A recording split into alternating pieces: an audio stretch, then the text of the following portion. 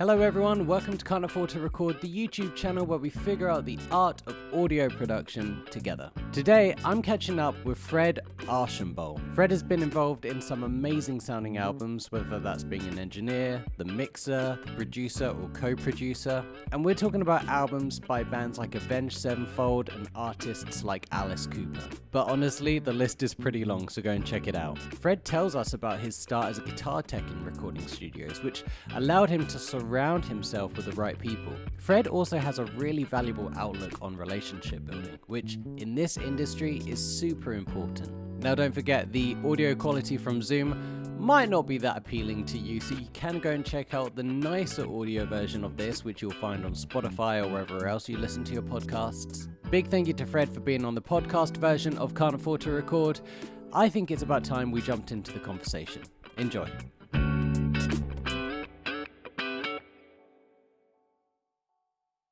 Well, we are here with Fred Archambault. How are you doing, Fred? I'm doing amazing, given the Awesome. circumstances of our world. Yeah, no, it's great day. Excellent. And start of a busy week here. So it's All great. right. Well, I hope we can hear more about that. I know you're a really, really busy guy, so I really appreciate your time and for coming on here and letting me ask you a bunch of questions. We have a couple of mutual friends, Mike Fasano and Ryan Roxy, Yeah. and hopefully we get to hear about some of your work with those guys. But before we really get into it, I have the same question I like to kick off every interview, and that is, do you remember a time when you couldn't afford to record?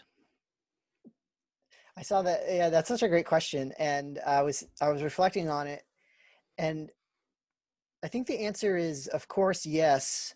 And I think the surprising question or the answer becomes, I think the resounding yes follows you throughout your career. Because there's never enough time or budget to really accomplish what you really want to do.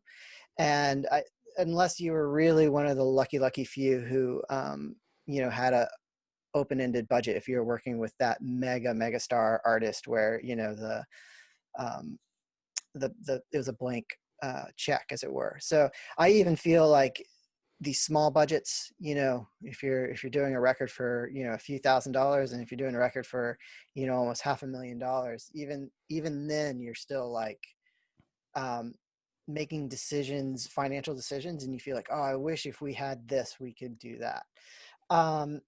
So I always kind of feel like that's such a great question, and that still kind of follows me to this day. Even the project I'm working on right now is like, oh, I wish I had a budget to hire real strings as opposed to, or a real proper string arranger, as opposed to kind of programming strings in the computer, which, by the way, it now has really become a powerful, and it's hard to tell what's fake and what's real if you know how to manipulate it, which Yeah. I'm not really that great at. But I'm sure it's not the case, but I think I really appreciate what you're saying there, because I think it's a little bit like, you can own a Ferrari, right? You can own a super sports car, but then you also have to pay, that kind of perspective of maintenance when something needs to be repaired on that. yeah. So if you're right, $100,000 budget. Well, 110 would be a little bit better. You're always kind of Yeah, pushing for no, that for extra sure. bit. Yeah. Yeah. Yeah. And I think, and for me, I work in a lane of guitar-oriented music, rock bands, as it were, whether they're hard rock. I don't really do very much metal, but some of the artists I've worked with are definitely in the metal genre, or swim in that lane for sure. Mm-hmm. And I think rock bands in that classic sense of, the 70s, 80s, 90s, and early 2000s have always demanded large facilities to kind of work in, a big room or a room to put real drums. I think a lot of that is changing as the Yeah. marketplace changes. And I think our ears, and the consumer's ears, more importantly, are getting used to Kemper amplify, not real amps, Kemper things, DI things, not real drums. And so a lot of the genre, especially the kind of what I call the lifestyle genre, right? So artists, and I'm not saying that they do this or not, but like, like a Bring Me the Horizon or a Black Veil Brides, those type of artists, kind of what I call lifestyle artists, right? It's not like You're not going to hear those necessarily on rock radio or whatever is left of it. And maybe you will, or actually you do, but it's not like what it was in the 90s and 80s where rock music was on MTV. Rock music was popular music, right? Right. So I guess my point being is rock guitar-oriented bands demand these kind of large facilities sometimes to really do it right. About about 3 to 4 years ago, an amazing band I got the privilege to produce. They were signed to Universal. They were called My Ticket Home, and they were from Columbus, Ohio. And it was definitely, not only was it a passion project for me, but it was a passion project for the gentleman, Darren over at Universal, who signed the band. You know, he really fought tooth and nail to get that band a deal. And it was almost like the head of the label was like, since you're so rabid about this band, I'll give you, you know, this budget to make this record. And that was definitely a band, and the record they were trying to make, it needed that, you know, classic type of large console studio to kind of make the record. It wasn't one of those records where I was going to sit there, we were going to program drums, and then we're going to do DI guitars, edit those. I mean, I'm not making a judgment call on that stuff, but it just wasn't the sound that we had discussed and we wanted for this record. So, so that was a very much a case where I was, I guess I was kind of bleeding or trying to milk a stone for as much water as possible, whatever the saying is, right? Right. And so that was where we had a very small budget, but I really was adamant about, we have to record this in a large studio, like you know, one of those classic 30 by 40 rooms with a Neve. And we actually ended up going to Texas to do that record. It was more financially, you know, stable. But Yeah, that's that makes sense, and that's actually some points I want to hit on as well. You're saying some things I wanted to sort of touch base with you on a little bit later in our conversation, but I suppose sort of working our way into, you know, those projects and those bigger projects, most people don't wake up one morning wanting to be an audio engineer or a record producer. yeah, So I guess my yeah, question yeah. is, was there how did you fall into this line of work, I guess, is the cliched question. No, absolutely. Yeah, no, that's a great question. And you kind of always have to reflect back on that initial impetus and kind of bug that you get, that kind of sometimes keep you going. So, you know, for me, you know, early on, you know, discovering the guitar and kind of what it meant to me, and how it kind of gave me a feeling of, you know, belonging. So music in general and making music and being able to do it. I was probably like 10 years old, kind of digging an old acoustic out of the attic that my mom had. Actually, I still have to this day.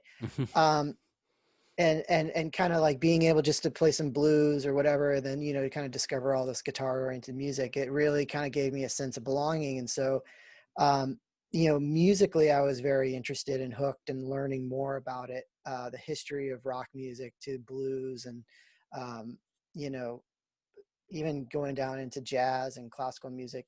You know, there's just so much to learn. And then as you're kind of going and you're reading liner notes, you know, my brother and I kind of we were lucky in the sense that we had the tail end of vinyl still. So we still had a little bit of a vinyl collection where we were going through, and Michael Jackson was at the time really huge for us. We listened to Thriller and Off the Wall, On the Wall, whatever the record before Yeah. Thriller was. Even Prince, Purple Rain was a huge record for us. U2, and then you kind of discover the Beatles, but those were kind of the original bands and artists that we were looking at and obsessed with. And then you start reading the credits and where was this recorded? You know, what's behind all this? And it's a long journey that doesn't have a straight line, and it's not, you know, up or down. It's like this weird thing. And so it wasn't till later in my life, I was going to college, and I was interning at the studio in Boston. And to kind of get through college a little bit and to kind of get into the scene and learn people, I was pretty good at like guitar teching and doing stuff and figuring out. I was always technically inclined, I guess. Not amazing at it, but like I was okay. I could, we could figure out MIDI and how MIDI works with a guitar rig or something like that in the very early stages of it. But signal flow, those type of things, guitar setups, and all that kind of thing. So I started kind of marketing or putting myself out there as a guitar tech, and so I kind of got through the Boston area, and then the studio out there. I don't think it exists anymore. I'm forgetting on the name of it. It was in the middle of Massachusetts on a farm. It was really beautiful, and they had kind of built it for the Rolling Stones. Hmm. And Living Color had recorded there. Longview Farms was the name of the studio. Room that had a Neve 8078 in it, and the house studio I think had a Trident. I'm not sure. It was either a Trident or an API. I'm going to go with Trident because I didn't remember really too much. Anyways, and so I had worked for this. I got a phone call from the studio say, hey, this band's coming in from Los Angeles. The producer's coming in from New York. They need a guitar tech. And your name was kind of recommended. So I went out there and worked on it. And that's when I really understood. So this would have been like my late teens. I really understood what a producer was. And that producer was a gentleman by the name of Steve Thompson. So Steve Thompson had mixed with his partner Michael Barriero, Appetite for Destruction, Metallica's Justice for All. Steve Thompson went on to produce Korn Follow the Leader, and actually I worked with him just as he had wrapped up that record. And we were working on a band signed to Sony called Bolt Upright, and they were very much at the impetus of rap rock. It was kind of like Limp Bizkit meets Rage, I mean, those Right. are kind of would probably be the lane. And so, and that was my first view of there was a proper engineer. The engineer was actually John Goodmanson, who went on to do amazing records and is an amazing producer in his own right. And then Steve Thompson was the producer. And that's when I realized like, oh, wow, I really want to do that. It was just, it was, the joke for me, it was like, wow, you can wake up at noon and get paid a bunch of money and listen to music. So, and that's not the reality of it, but so that was my first taste of it, understanding what a producer does. So in a sense, were you kind of changing strings, putting guitars away, doing that kind of stuff, and sort of seeing the other bits going on, and you were inspired by that? Exactly. Yeah, inspired by that, and also because I was already working in studios, but being a guitar tech kind of enabled me to kind of jump a couple of rungs and see larger productions, whether it's live productions or studio productions, and really get my foot in with some like A-list guys. And I wasn't a great guitar tech. Looking back, I could have offered a lot more, but being a kid, I really didn't know. I tried to do my best. You think that changing strings and intonating is the gig, but it's not. It's really way more than that. It's about getting sounds, bringing things to the kind of what Mike Fasano does with drums, like bringing a lot to the table to accomplish a sound. But it enabled me to kind of see and learn through osmosis some techniques, whether watching Steve produce and seeing the psychological or cheerleader aspect of it, or balancing and dealing with balancing the budget, dealing with how to interact with the studio, how to interact with A&R and management. Like you kind of saw the whole circus, or not the circus, but like the balancing act, all these plates in the air, and he's dealing with all this stuff. And then I got to see like an engineer and just learn by osmosis, like little things like how to, and these were all records done to tape. So it was like, how to splice tape together for takes, how to really punch in and out, because those were like the days where you were like working on a guitar part and you were punching in, a 2 hours for like maybe a couple of verse parts, it was, Wow. And to see that, how they keep track of the SMPTE time on the tape and all, how they make notes about it, and their patience in it. So I really learned by osmosis, and then I would bring that back to school or to the studio that I was working at. And then it's like you had this confidence, right? Like from prepping the tape machines to taking over the session if the engineer had to step away, whether it was for a phone call or something, and then you could jump in there and you could start doing overdubs and not feeling like you're going to erase something. You have the confidence of dealing with that stuff. Was It's there? pretty lucky. I was pretty lucky in that respect. Yeah, it seems like you kind of you fell into it, and then you had Yeah, the I mean, I people definitely around worked. I you. worked my way into it. Yeah, Sure. I think that's the one thing that really is the difference between being a kid and as you get into an adult. Like as a kid, you really have no choice, really, or for the most part, you really have no choice for the family you're born into and the friends and the school you go to. You have no choice with the people who you surround yourself with. But as you become older, now I have those decisions who I want to surround myself with. Right. And I want to surround myself with people who are better. I want to surround myself with people who want to prop me up and make me better. So I definitely, and I still do to this day, like seek out that type of situation. So it wasn't necessarily that I fell into it. There was an aspect of it. Okay, yes, I did fall into it because I realized I wasn't a great guitar player, but I still loved making music, and I was able to see and be around situations that sparked it for me, I guess. But I And did fight to put myself into those situations. of course, and obviously, you're in a You know, situation now where it wasn't necessarily, like you say, handed to you, because you have to work so hard, and also show an interest, and not feel like you're rinsing people of knowledge, but also asking to learn from them, and like, as you say, yeah, surrounding yourself with the people, and not just look like someone that's just sucking everything out for your own benefit.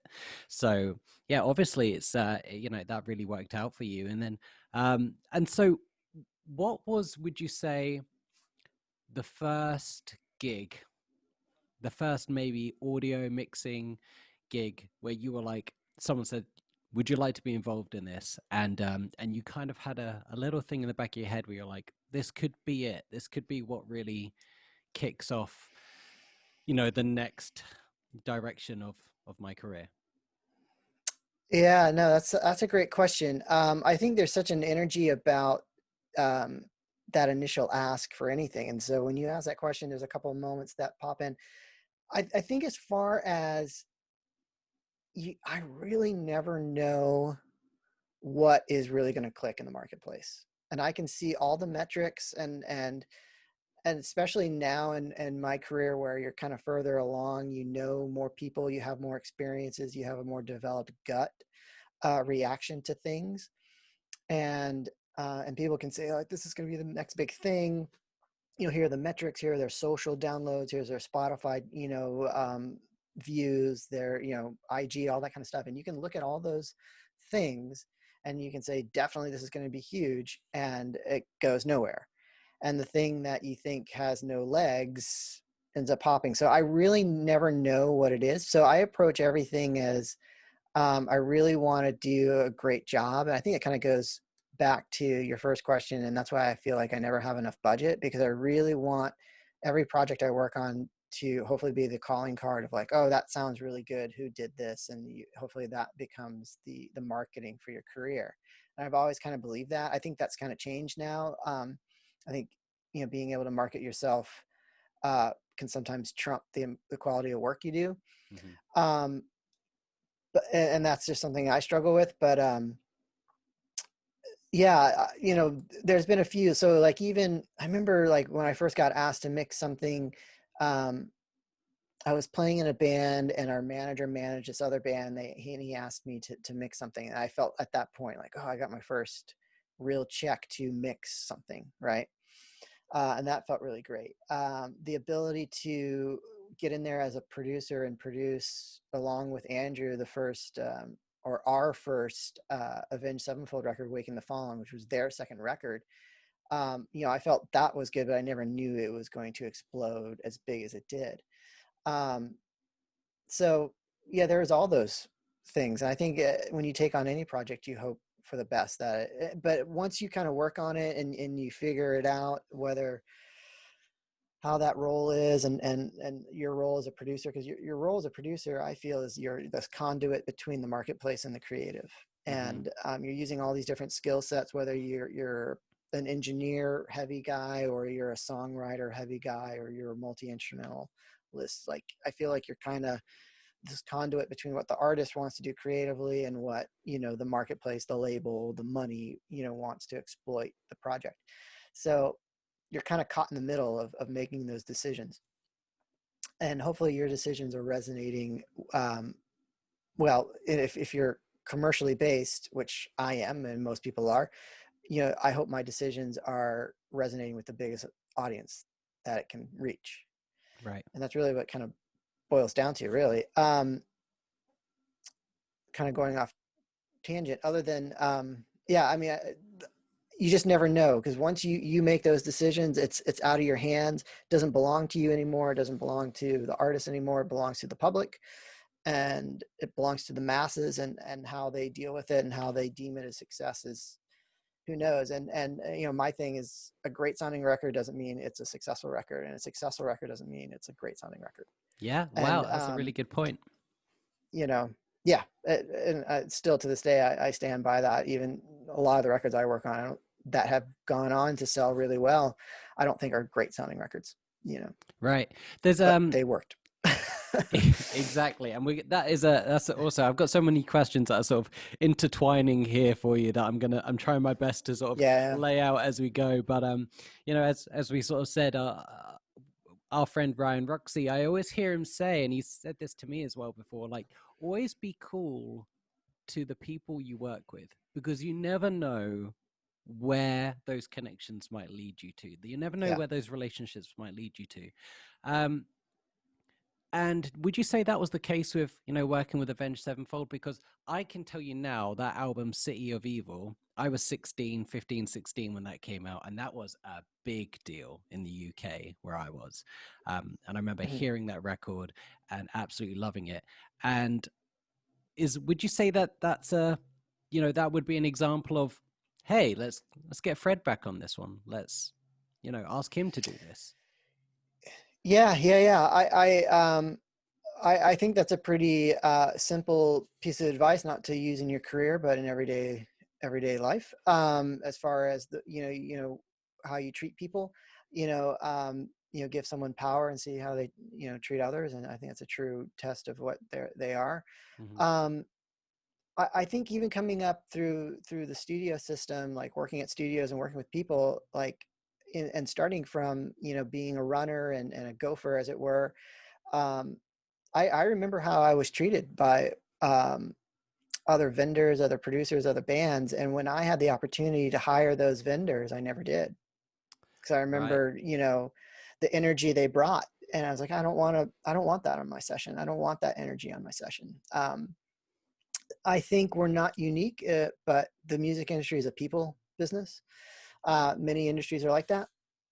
So what it really boils down to. And you just never know. And I think that's the cool thing about our industry and quote unquote Hollywood at large. I'm not just saying Los Angeles at large, but like just the entertainment industry, whether you're a writer, a filmmaker, a songwriter, even if you're an app developer, everybody is looking for the next story, the next storyteller. And there's really no age or expiration date on that. So it's very important that as you go through it, like maybe the person interning for you or engineering for you or editing for you is gonna in a few years like totally supersede you, have a big great hit record. And you just never know. And I think that's so cool and powerful. So absolutely, hopefully I've done a fairly good job at that. I think you could always room for improvement, but I remember going up specifically, several people was like, that's, if I had the opportunity to spend my budget, I wasn't going to book those studios or book those vendors. And Yeah, for be sure. cool. It's not that hard. Just be a nice person. Yeah, absolutely. Yeah.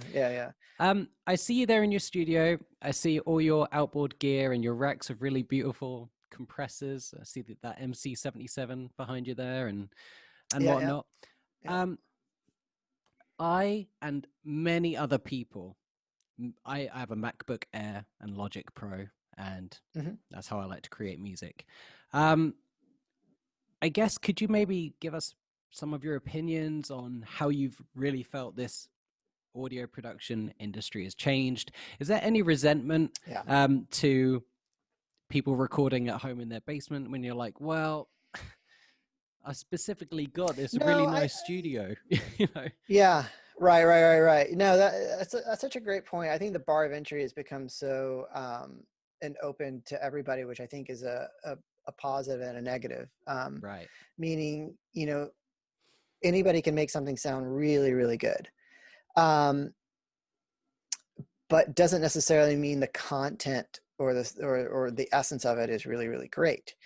So it's a little bit of a double-edged sword, I think. But without going down that rabbit hole, as far as the technical side of things, I love, and I've always collected gear, guitars, pedals, but I also love and understand how powerful digital audio is and is becoming.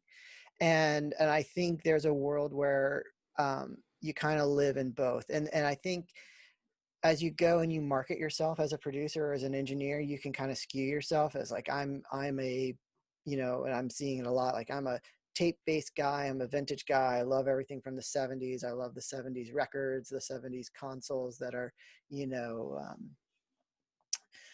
the quad 8 stuff, and like the kind of left of center stuff that isn't necessarily the brand name API Neve things. And then you have guys that are completely 100% digital.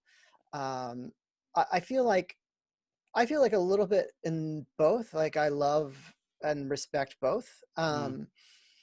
I think there's pluses and minuses to both. Like, and so my world is kind of a hybrid world where, for most of my projects, I'm analog front end, trying to tweak as much as I can on the front end, going into tape or Pro Tools, as it were. And then I'm not afraid to really sculpt the sound with plugins and let it live as plugins. Even to the point when I've developed kind of a thing that works for me within Pro Tools for drums. And so if I were to hand off my session to get mixed by somebody else and they don't have that workflow, it doesn't translate at all. Right. So, I think of both. And I think, as an aside, most of this equipment behind me has a story. I think gear has a cool, like, little heartbeat to it. And Yeah. if I had more financial resources, I would probably have more of it, just because some of the older stuff is harder to upkeep as far as finding parts and, if it, just finding the right people to work on it. So, like, starting from the top, like the DBX 160s, I bought off of the drummer from this band White Lion. Yeah, of And I course. went to the studio, and it turned out that studio was where my band mixed their second record. The purple 1176s I bought off of Weezer. That's awesome. The the PCM 42s I bought off Celine Dion when I met her engineer Francois, and Celine's husband Jacques was passing away from cancer, so she was moving her studio into her house to be with her husband, and they were liquidating a lot of the studio on Paradise Road there. So those are Celine Dion's. And so I kind of like that aspect of some overstayer stuff that's become very, very popular up there. BBE thing that, like, it's kind of a $200 piece of equipment, but it's really cool because I saw it at Blackbird in every room. I'm like, well, if it's in Blackbird, I should have one. Yeah. But I think equipment has a little bit of a heartbeat, and I love that aspect of it, especially the older stuff. I have an old Gates stay level, like from the 60s. And the thing is amazing. And I bought it really early on in my career because there was a studio in Los Angeles called Larrabee. I think it still kind of exists. But every room in Larrabee had these stay level compressors, and they were just great on bass. And so I went on eBay and bought one for like $700 and got it in. It didn't sound like the others. I brought it to the tech at Larrabee, and he said, "Oh, no, it's great. It sounds, it checks out okay on the bench, as it were." But it just never really sounded good. And it sat in the back of my storage locker for years and years and years. And I was going to sell it. And then finally I found somebody in town on the internet that would work on it, like refurbish it. So I said, why not? Let's just give this another, go. I ended up sinking quite a bit of money into it, and he did a couple mods to it. but it's one of the best sounding pieces of gear. And even certain producers and engineers in town know me by that. Like they, Oh, I won't right. see certain like there's a guy, John Feldman. Every time I run, he says, "Hey Fred, you still have the stay level?" Because I think I used it with him on Panic at the Disco when I engineered for him. So he even still just knows me by the stay level. Oh, you're the stay level guy. So I do like gear. I do like it, but at the same time, if you wanted to have me mix something and you said don't use any outboard, I completely feel comfortable just being in the box and using plugins. Like, it's gotten so good. It's gotten tremendous. And last week I was just mixing a track from an artist that I really, really like. I actually met in Texas when I was working out there, and they were working with, like, I forget who they were working with, really heavy hitter. It was like the bass player from Depeche Mode or something was producing their record. Anyways, they reached out to me. They're a couple, and it's like electronic based, like kind of placebo-ish, this kind of electronic ambient type thing. Really, really cool. And definitely out of the wheelhouse that I normally work with. And they recently hit me up and said, we have a track we'd like you to mix. And they do everything in Ableton. Oh. And I don't work in Ableton. I work exclusively, for the most part, in Pro Tools. Maybe sometimes I'll work a little bit in Logic. But as far as my day-to-day, quote unquote, heavy lifting, whether recording or mixing, is done in Pro Tools. So I know there's no real easy way to go from Ableton to Pro Tools. And so they had initially stemmed me out the session. And I was like, that's not, there's certainly not much I can do with stems other than rebalance them and maybe, compress it again, but you're really limited by a drum stem, bass stem, guitar stem. So I asked them to kind of like give me the dry vocals and maybe some dry drum stuff. And so that was an interesting thing that kind of ties into your question, in the sense that when I see projects recorded at home, the thing that I'm missing that I kind of have to reevaluate when it gets to me is the workflow. But normally things aren't compressed. Right. So the vocal is just, because they don't have a compressor, right? They don't have an external compressor. UA has done a great job of incorporating like compression into a digital format and not have it latency and all this kind of stuff. Like, but most of the part, the biggest issue I have is like, if it's guitar oriented, it's DIs. If it's drum stuff, it's like just the MIDI file. But the biggest thing is the vocals aren't compressed to me. I'm normally used to getting a compressed vocal, and then I can kind of work with it. So that's the thing that I'm finding when it goes from the home studio to me, which is essentially another home studio. But that's the workflow that I'm seeing a lot of people doing the production stuff on their own, that they're missing that element of a great quality vocal chain, that I think could make, it's scary because you can kind of over compress, right? And then it's like, well, go get a compressor, and then like it's just squashed to hell and you can't back yourself out of it, which can be dangerous. But that's the one thing that I'm noticing is it's all cool. It's like working Ableton, working Logic, working Cubase, whatever it is, like that's fine. But when you do hand it off, like try to make it a little bit more user-friendly. It's so funny, at the end of the day, I actually ended up using the stems off the drums because what they had going on, I just couldn't recreate. But as far as the vocal, which I thought was the heart of the song, I was glad I got as individuals because I could recompress it, do my manipulation to it and stuff like that. So kind of a long-winded question, but I think I both love analog and digital. And I think there's a fear of commitment coming from, and rightfully so, because like you're in a bedroom studio, maybe you don't have the best monitoring, maybe you're on headphones, and you're questioning like what is real when you're listening to headphones. So I understand the workflow, but it is interesting that for me, from a business standpoint, of people hand things off to me for mix, but they're really asking me to finish the production, right? Because they're giving me DI guitars, DI drums, untuned vocals, like, so they're kind of, they're hiring you as a mixer, but they don't realize that you just hired me as a producer, an engineer, an editor, a mixer, you just hired me for all these things. Which I think is, and it's a totally different business arrangement, but yeah, and I think that is definitely a role that has changed. Wouldn't you agree that, the once upon a time traditional producer role of maybe not even touching the console and sort of hiring all the people for the gig, now a mixer is a producer in many ways. You're wearing a lot of hats.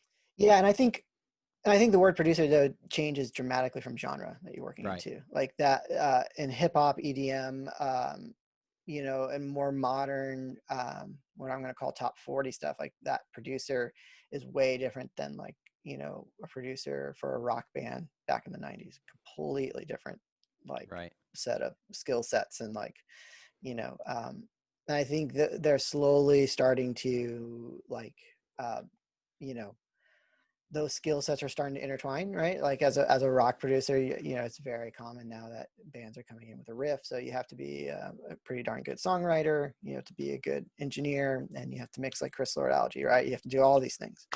So, but yeah, the word producer is an evolving. It's a moving target. Yeah. And I think it's even in the same lane, in the rock lane, project to project, a moving target, right? Yeah. Like every artist is coming to you with a different want or need. Like some artists are coming very confident, like this is what we are, this is who we are, this is what I sound like. Like when I worked with the Deftones and I was like maybe messing around with Steph's guitar sound, he's like, bro, I've had the same guitar sound for fucking 7 records. Like, don't change it. Okay. Is very, Right. very confident about who they are, what they are, and what they want to accomplish. And then you have some artists coming in and they want that input, of do whatever you want to it, Right.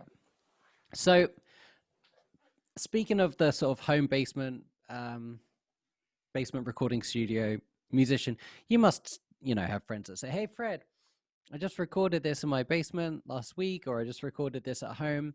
Check it out. Will you please, give me some feedback or something like that?" What can you see as a common trait of someone recording or mixing at home? Is there anything that you're always like, yeah, I can kind of tell that is probably not in a big recording studio or with fancy outboard gear? Or do you think that's starting to get narrowed down now?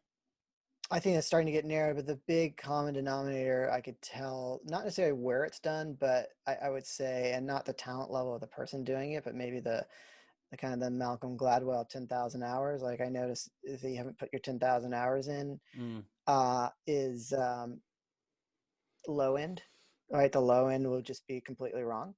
Right. And then the relation to, in a traditional sense, let's say, I'll try to keep this as vague as possible so it'll work along many genres, but the delineation in the relationship between the backbeat and the vocal, right? So, and those are two things that are probably of essence to popular music, ever since we introduced the backbeat into music and popular music. So you have the rhythmic, the primal element of human beings, which we all have. And then you have the lyric, which is like the formal thought, which is how we've evolved our hearing to hear, the bell curve. If you scientifically look at how your hearing peaks around 1K, 2K, 4K, or maybe not 4K, but 1 to 2K, which is where the human speech is, right? So lyrically, what the vocal is doing, right, and what the words mean, and that's highly evolved. And then you have the backbeat, which is like total primitive caveman stuff.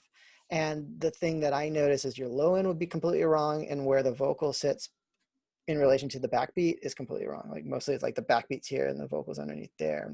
And my rule of thumb is wherever your backbeat sits, your vocal should just sit a little bit on top of that. And of course, there's exceptions to every rule. Like if you listen to a Coldplay record, like Chris's vocal is so upfront, so upfront. And then if you listen to maybe a cool punk rock band like Mets, it's like, it's buried, the hi-hat's louder than the vocal. But so I'm not saying that that's a hard, fast rule, but those are the things that I'm hearing is those two relations, which I think is very, very important, the primal and the high intellect relations, so backbeat to vocal or top line, and low end. Okay. And that's when I'll know, like, okay, something's not right here. Right. Can you think of And then it's always like, I would say, like, the person's always has like a sub or something going on, or they mixed it in headphones, and right. it's just so like, and I don't have a sub here. I used to have a sub hooked up, but it can be super misleading. And I always notice, like, guys who do have subs are a little bit low in light, right? Because they're so used to hearing it in the room, and then Right. you take it out there. It's like, okay, where's the bass? Or, you know, I think a friend mixed a record, and my comment to the A&R was like, was there a microphone on the kick drum? Because I don't hear it. I know there was, but in the mix, I can't hear the kick drum. Can you think of any times where, and I'm not necessarily asking you to call out song specifics or album specifics, but do you ever listen back to stuff and you're like, ah, man, I wish I did that differently? Yeah, all my records.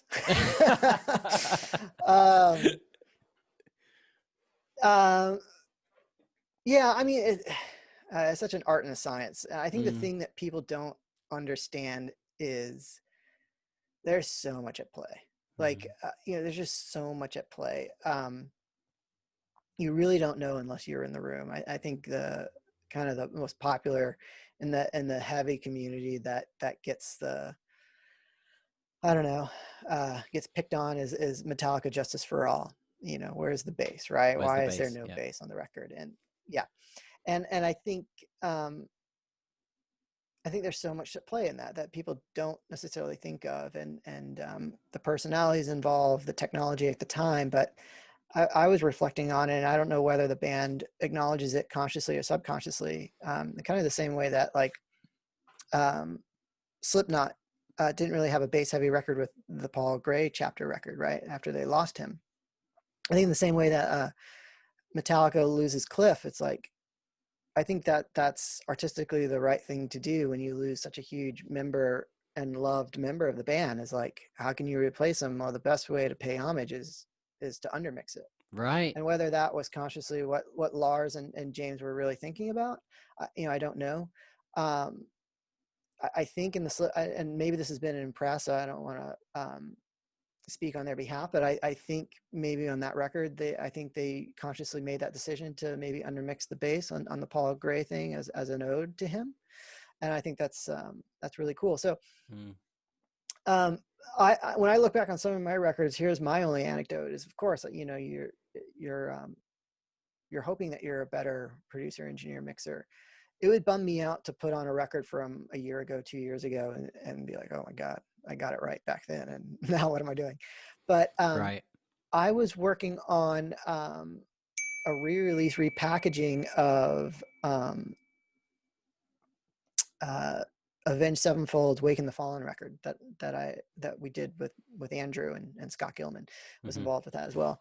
And it was supposed to be a 10-year anniversary, but I think it ended up being like a 13-year anniversary repackaging. And so the band had reached out to me to mix a song that didn't make the record. And so I was going through the old hard drive and pulling stuff up, and it's interesting to see the evolution of your workflow is definitely very interesting.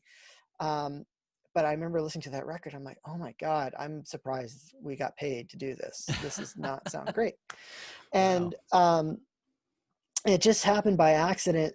The day or the couple of days I was working on that track, my wife and I went out to dinner, and we went to this restaurant, and the owner of the record label was there, Lewis. And I said, Lewis, this is so weird. Like, I'm working on this track for you for the re-release. And we got to talking, and, you know, I kind of said the same thing. I said, you know, I'm surprised that I even got paid to do that record. You know, I don't think it's a great sounding record, and it's so cool to revisit it and to kind of remix it with a little bit more of a modern take of it.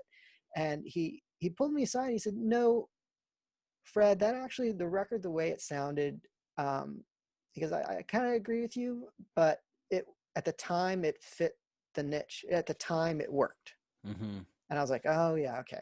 Yeah, that makes sense.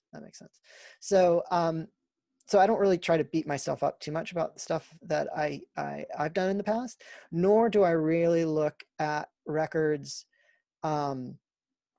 Like, for instance, I love Bring Me the Horizon.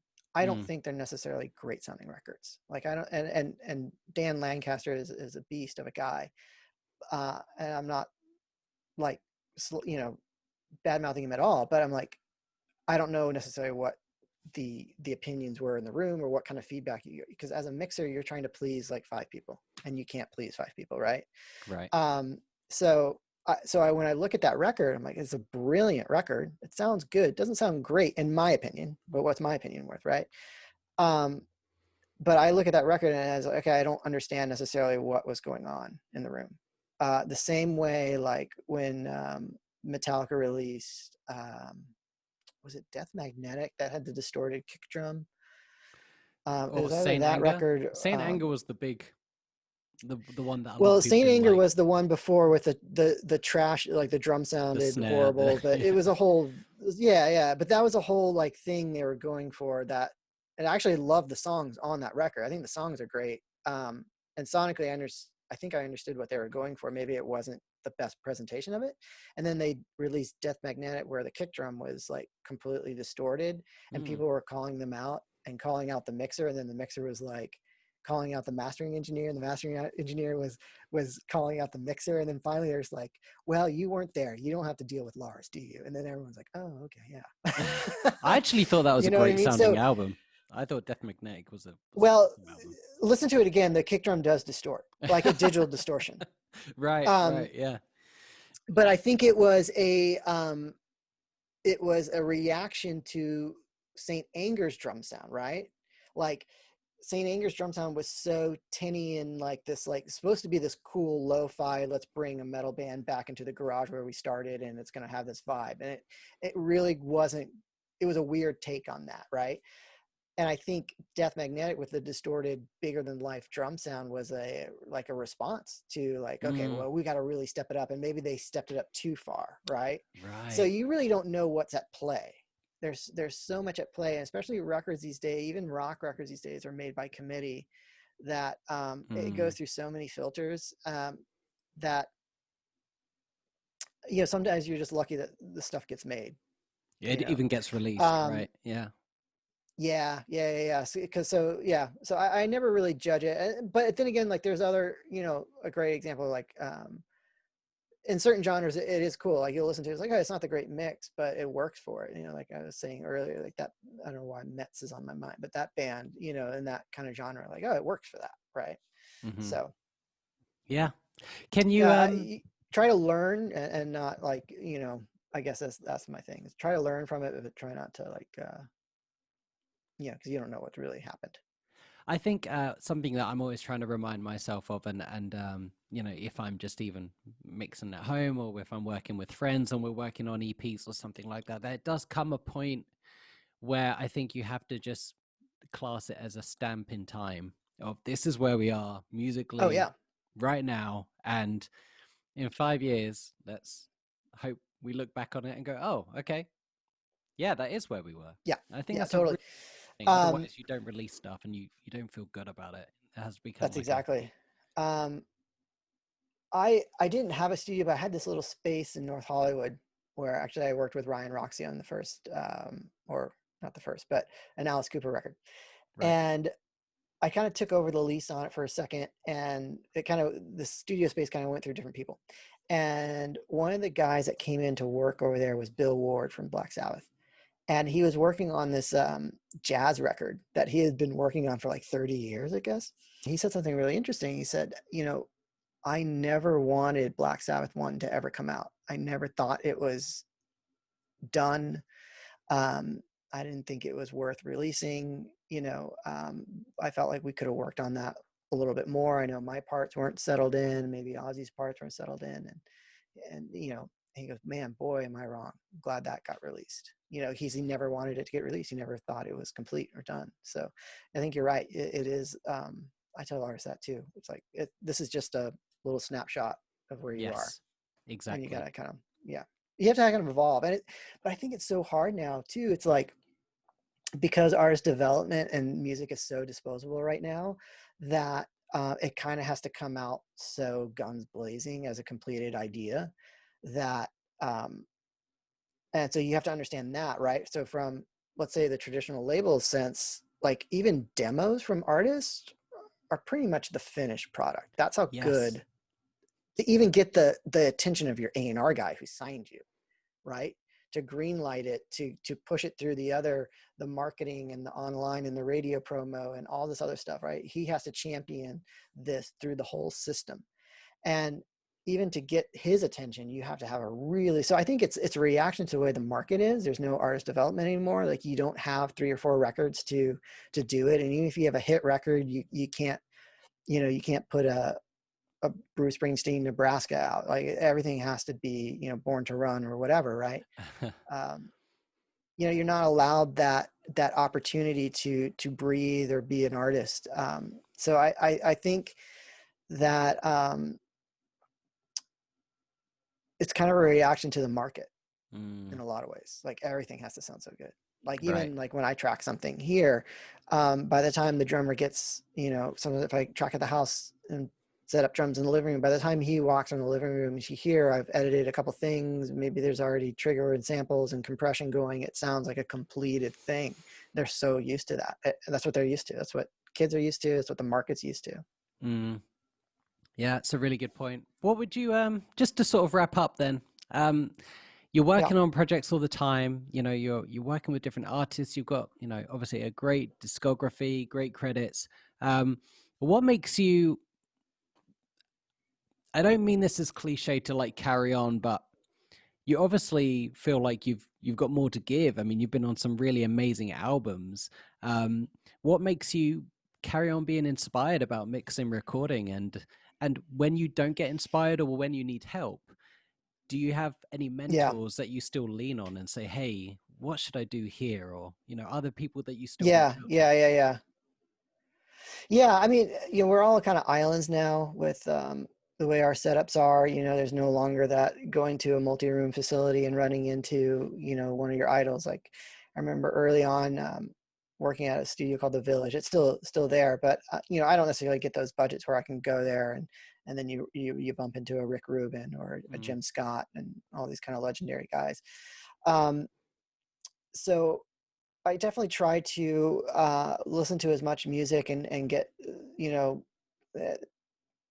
there's producers that I like and I'm like, oh, wow, they did this, did that. And it kind of gets you driving to kind of incorporate that into your record, if you can, and it feels good. But I think the thing that kind of gets me up in the morning and kind of makes me, get the feet hitting the ground, I mean, besides coffee is that excitement I got knowing that there's an undiscovered artist there with a great song that I know is going to touch people and connect people and get, I think that's so cool about, popular music, whether it's guitar oriented and heavy, or if it is a pop music, like the simple twist of a lyric that gives you insight on a complex thing, and that gives you that feeling of, oh, I couldn't have said it better myself.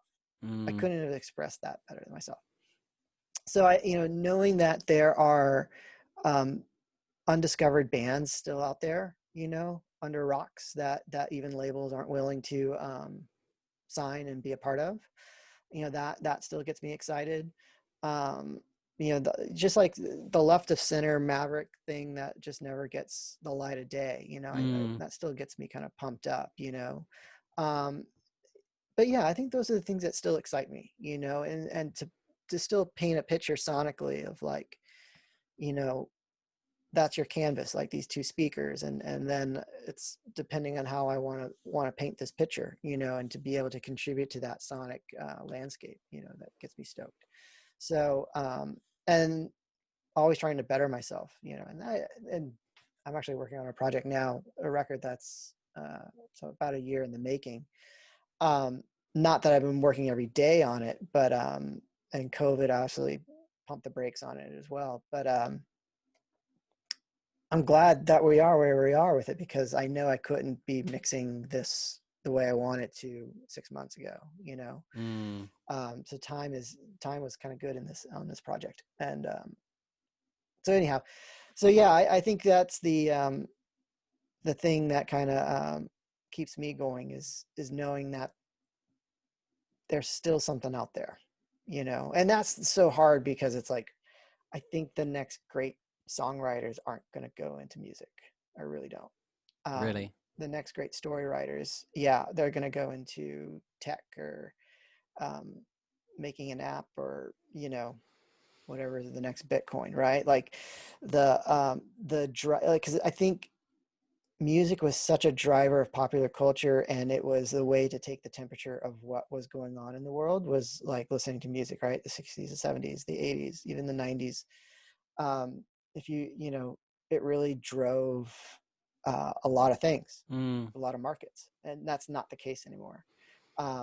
You can be the biggest number one artist and I'll have no clue who you are.